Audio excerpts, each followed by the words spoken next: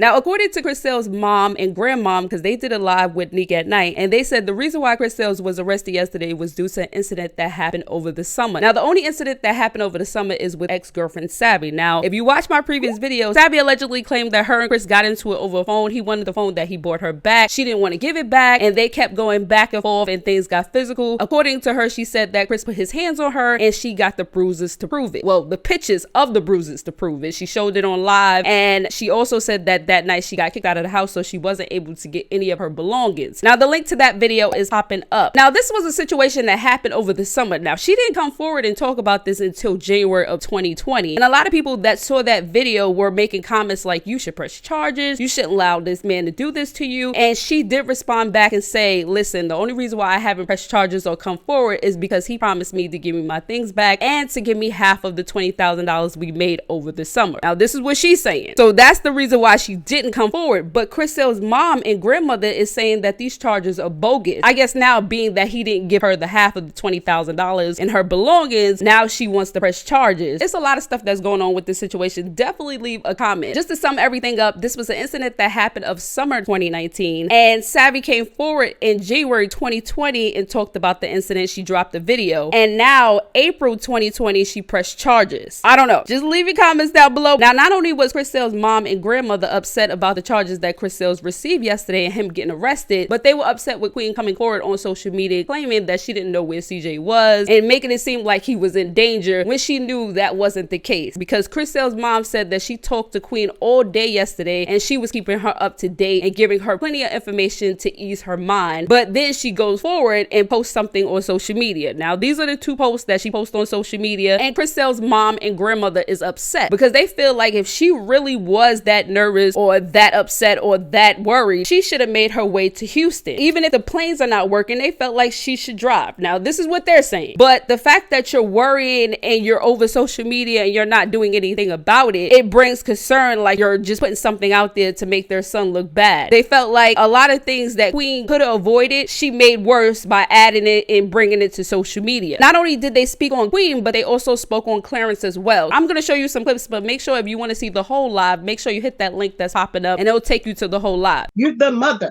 You got this so much concern. Where are you? Why aren't you there? Because if I'm the mother, I don't give a dang what. He done got caught with another charge. I'm going to be at that front door. Yeah, I'm going to be at your front door, bro, because I know where you at. I'm going to be at your door. And we're going to solve this problem right now. That's my point. My point. Where are you now? Tell me that, Queen. What stopped you from being in Houston? Because ain't nothing running but the plane. They would be in quarantine. That's one reason why she couldn't fly going into Houston, because Atlanta, and that's when I found out that I couldn't fly because we've been, quarantined. But I was quarantine me then. Quarantine me. Okay. Quarantine me. But I was told that quarantine me. I don't give a damn about no quarantine. Quarantine me. I'm going to get my baby. Yeah. Child. Now, for all the millions, I'll go get my child. All right, calm down. So for me to get there, if we drive, they said if you drive, you're okay. So I said, well, how far is it from Atlanta to Houston? And I found out that it was like 12 hours.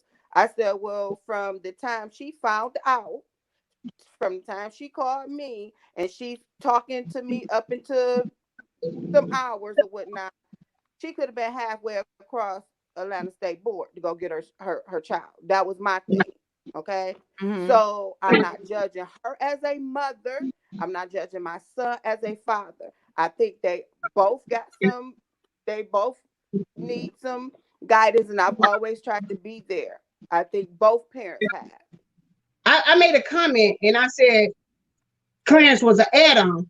I didn't mean it to be derogatory, like he's just an add-on. What I said and what I meant, and I'm telling the world is that you have Queen divorced. She divorced Chris. But in the midst of her divorcing Chris, she didn't have to divorce Granny.